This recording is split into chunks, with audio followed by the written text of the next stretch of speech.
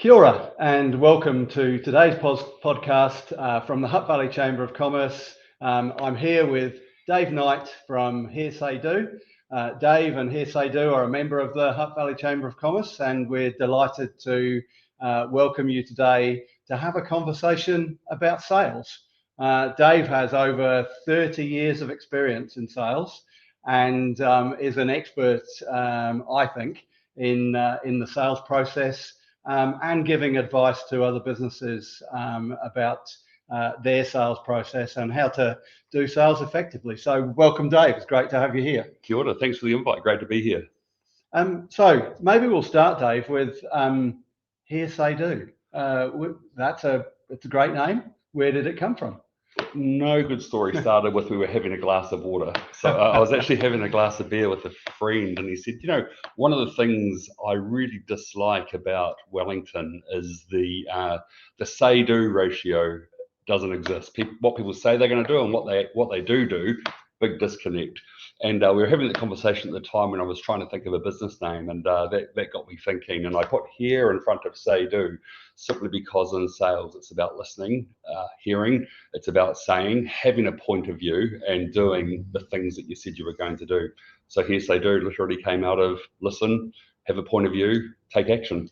That's brilliant. Well done. I mean, that's a great starting point, really, for this conversation, because so much of what we do here at the Hutt Valley Chamber of Commerce is about listening. It is about having an opinion and advocating on behalf of our members, and it is about doing what we say we do. So great, that's perfect. What a great intro, Dave.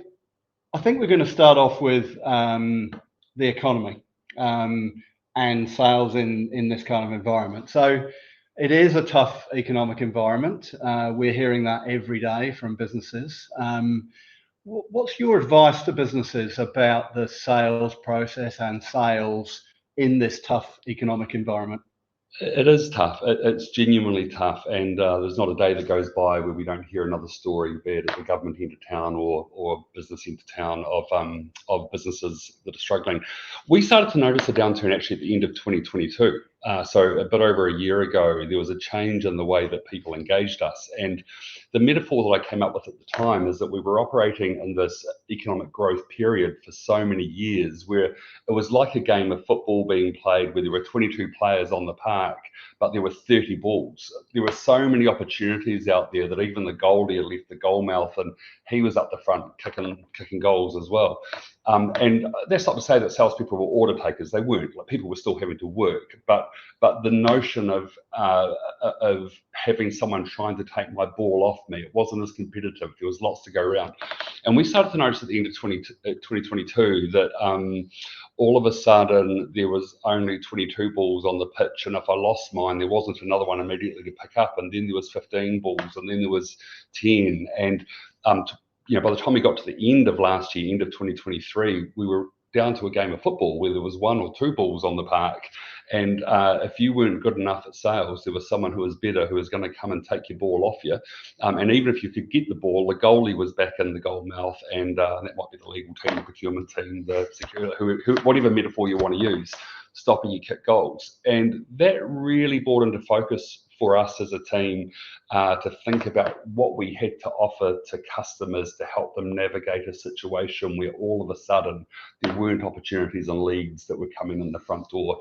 So I think the key thing around selling in a downturn, and there's loads of research around this, and I won't bore people with all of that, but just Google that and you'll come up with lots of stuff from McKinsey and from KPMG and Deloitte. They've all written white papers on this.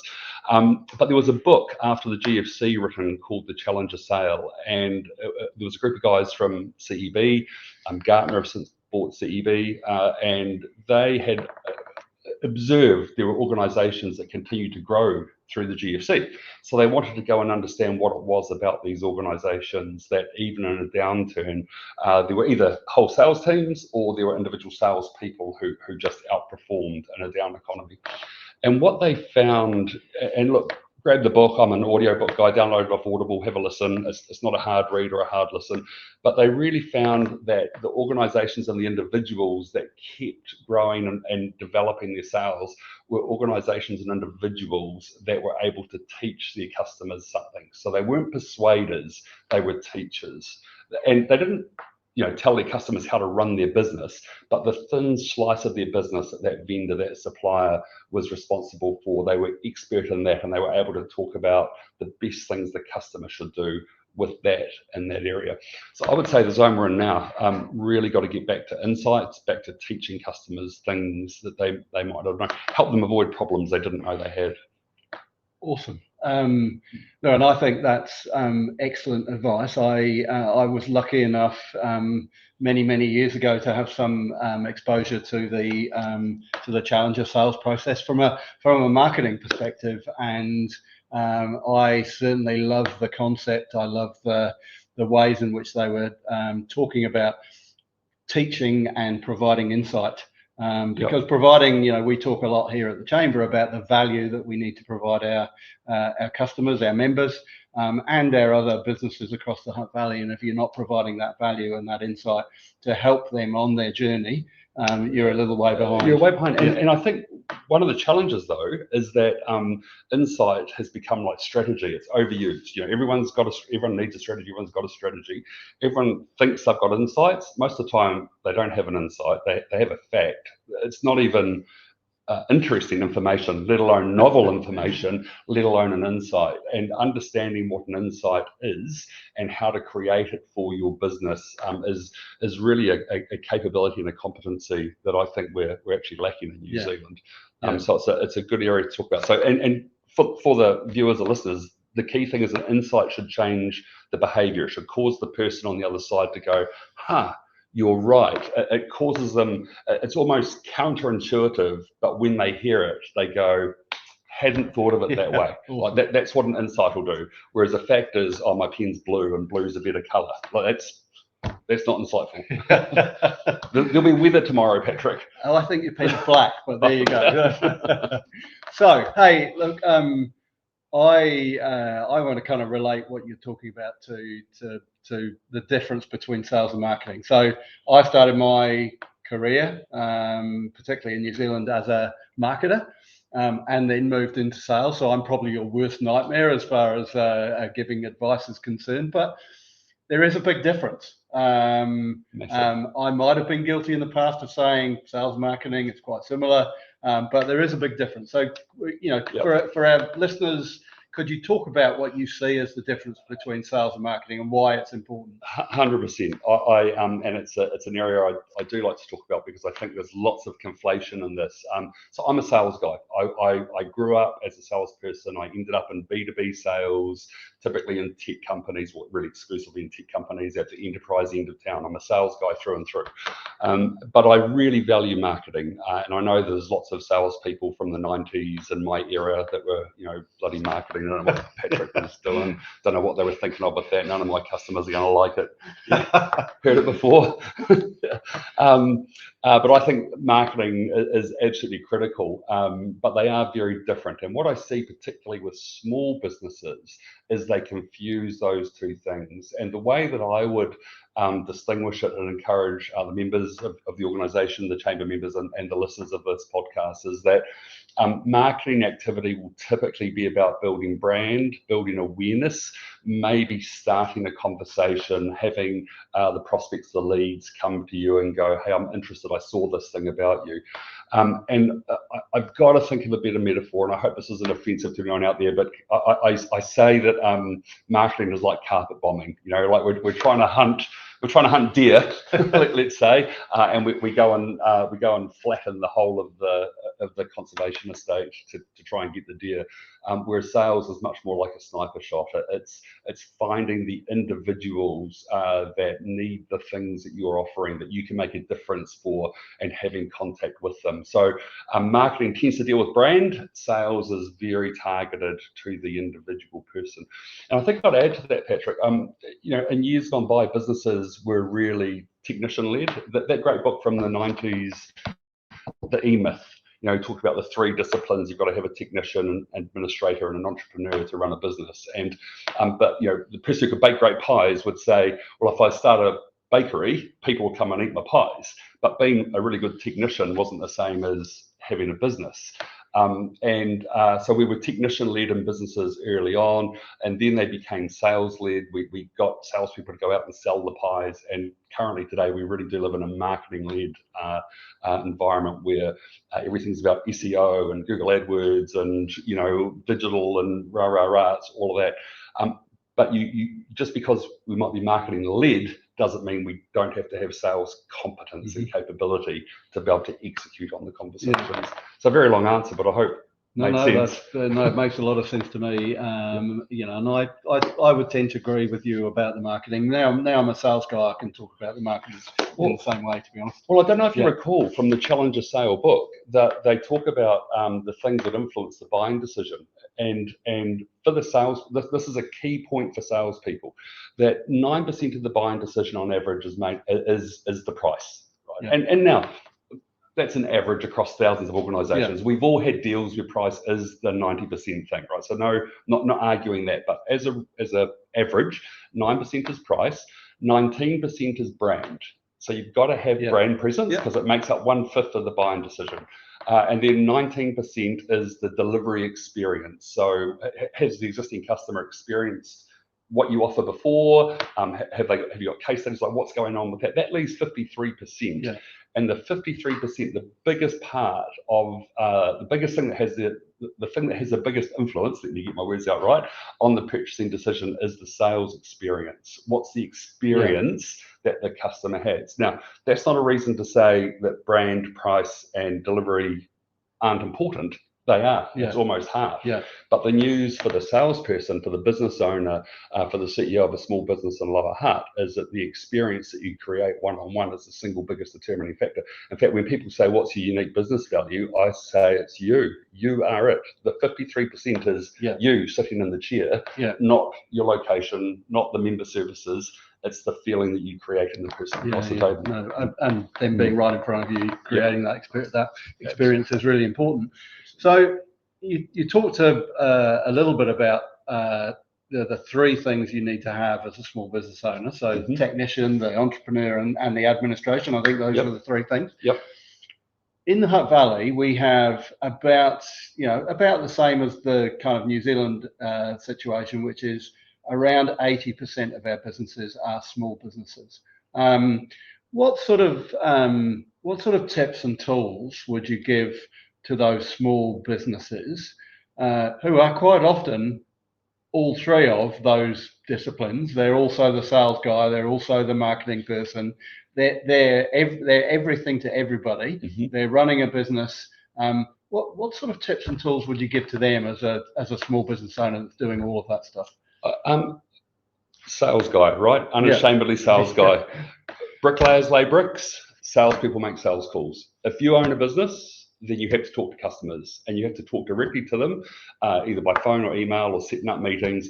Don't send out EDMs or LinkedIn posts or like that. Do all those things because you've got to build brand and you've got to have presence. Like, I'm not anti-marketing. That's not sales. So, the listeners out there, if there's one thing they should be doing, it's picking up the phone every day and talking to customers. I did a vlog ages ago looking under the table because there's no deals in the office, right? Yeah. They're all out there. Yeah. The key thing is, what do you talk about? And I think everyone knows they should talk to people, and so that won't be news to them. But what is it that you should talk about? And what I like to coach people in is that no one's really that interested in your product. No one's interested in what your offering is or what your service or what your solution is, other than there's something that they're trying to get done that they can't do today. And they're talking to you because they think that you can help them achieve that thing. So the way to have conversations is to go and talk about the things that you see, what we're seeing. So if I'm talking to Patrick, I'm going, what I'm seeing with other membership organizations, Patrick, is in a downturn, they're experiencing this. So I'm talking about their world, not my world. And most salespeople and most sales organizations and most marketers have a sort of look at me kind of thing, which doesn't resonate with the buyers. What resonates with the buyers is someone who demonstrates empathy and an understanding of the world in which they operate in. So talking, obviously it's got to lead back to you, and we can talk a bit more about lead to, not with, and all of that. But I'm not talking about the glass of water that I want you to buy. I'm talking about, I'm seeing people at this time in the afternoon getting a bit parched. Yeah, that's what I'm seeing. Yeah. And whether it's coffee or water might be the difference. Terrible example, but you get the idea. No, so what I'm seeing as it relates to other people in the situation of the person you're talking to is a critical part. Yeah, and I think it totally resonates with me, except the part about using LinkedIn. I love my LinkedIn, as you know. But yes, absolutely, and so do I. And in fact, some of your teams when I got here, you're all over LinkedIn at the moment, and I was like, yeah, well, I've got some people helping me with that. But that's the branding. That's branding. That's not a sales conversation. Absolutely critical, needs to be there. You're delivering insights, but in the one-on-one sales conversation, it has to be. Totally. So we've talked about sales. What about salespeople? What are the traits of a great salesperson? What do you see? What would you kind of identify as those traits that a salesperson needs to have? Great. Another great question, and my mum always says, I hope my mum watches. I'll share the link with her, Mum. Hope you enjoy this. My mum used to say that Dave had the gift of the gab, so that's why he's in sales, right? Yeah. And it was only relatively recently when I was chatting with her about that's not why I was good at sales. In fact, I fit in a minority. There was a chap, Brian Tracy, a Canadian, who did a bunch of research around sales in the 80s and 90s. He's still on YouTube, very statesmanly, like he's quite an old gentleman now, but very great stuff. But what they found is that globally across all organisations, roughly the top 20% of salespeople tended to be people that society would classify as introverts, not extroverts. Yeah. So we tend to think of a salesperson as we think of the American movie or TV program, or the car salesman, or the dude at Harvey Norman or Noel Leeming that's on commission and really wants to help you. Like, that's what we think of as a salesperson. But in B2B sales, and particularly enterprise sales, that's not it at all.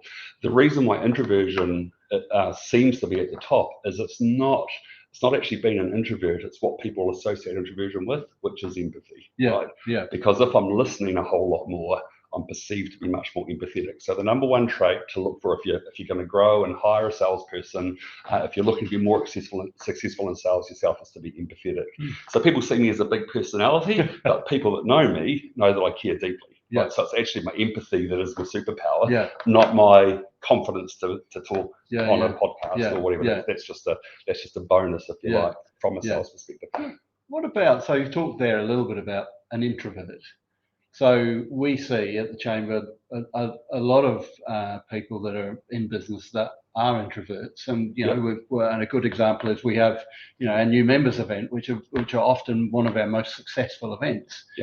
We ask people to speak about their business and introduce each other, and it's quite a hard thing for people. What advice would you give to those people? So there's two things. I'm gonna answer the question directly second, which is here's a tactic you can deploy today that'll make a difference. But I want to start with a bit of a reframe, actually, just thinking on the feet here.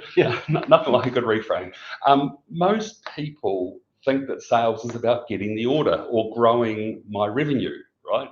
And it's just the wrong frame, and it creates this situation where people. So if you're sitting, if you're presenting to a US audience and you say hands up if you want to be a salesperson, heaps of people put their hands up. Heaps of people. You do it in New Zealand, everyone's like sitting on their hands, like not me. Don't want to. No one wants to be the slimy salesperson, right? Why is that? It's because we associate sales with taking from people. But if you reframe it to sales as helping people achieve the things that they're trying to achieve, and I have something that might help you do that.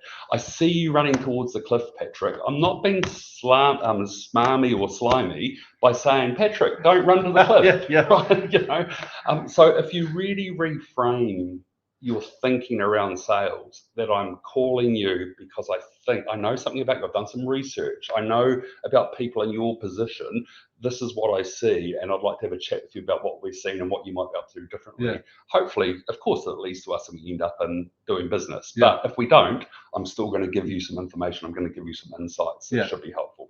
So that's the context. Yeah. So even the introverts, and actually a lot of the teams I coach, I have a lot of customer success and customer support, and it resonates really well with them because they like to help people. And when you see sales as helping people, not getting an order, it changes your mindset. Yeah. The tactic that I give people is language that they've probably heard me say on this conversation a few times already. Open the conversation not with what you do, open it with things like words like what I see is, what we see is, or people call me when, people tend to engage us when. Yeah. So you're talking about the environment in which the customer, the person you're talking to, is operating in. You're not talking about what you do, right? So if I give you a real life example, most of my business people call me. I don't do a lot of prospecting. That they tend to call me, and most of the time the conversation goes something like, "We've got a great pipeline. We just can't get deals over the line. Can you come and help us review our proposals? Help us with presentations. Help us with closing techniques. Like how do we get more over the line?" So I say, sure, let's meet over a cup of coffee. Tell me a bit more about your sales process. So I sit down normally with the CEO or the founder.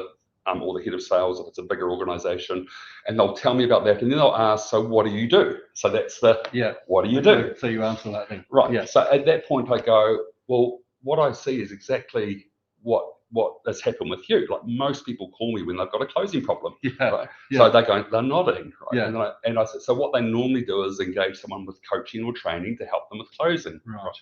And then I go, the problem is it won't work because the research is clear, really clear. 40 to 60% of deals, as analysed across 2.5 million sales calls where the customer expressed an intent to buy, 40 to 60% of those ended in do nothing. Yeah.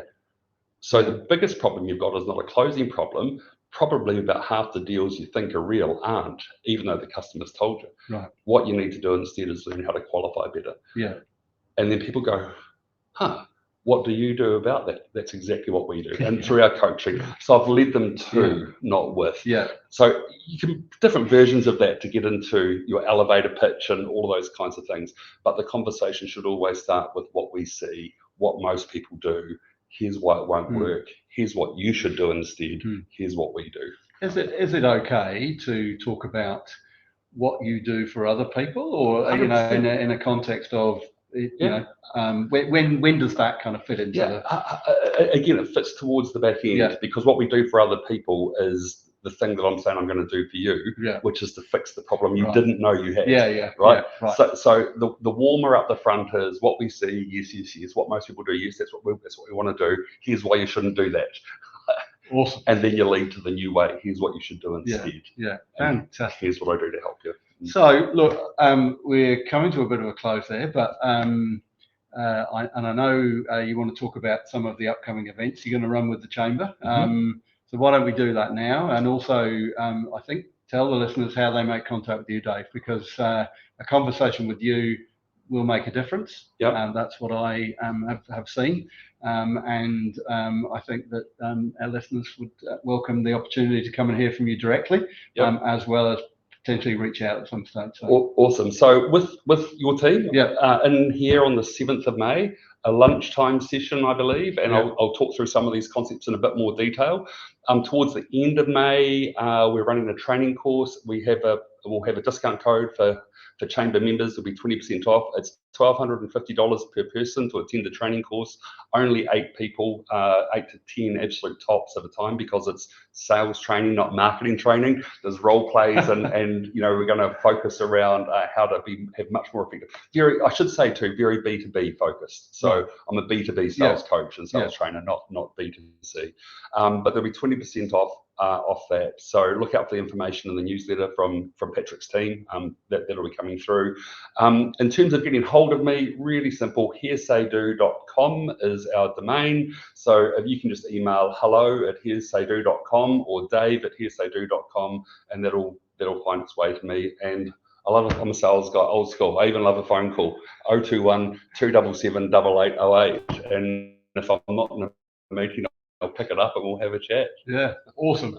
Hey, look, it's been great to catch up. It's been great to see you looking so well, and great to have this conversation about sales. So hope everybody's learned something today. I've certainly been reminded of a whole bunch of techniques and tools, and learned some new stuff. So thanks so much for joining us. Thanks, Dave. Have a good rest of the week. You're welcome. Cheers. Thank you.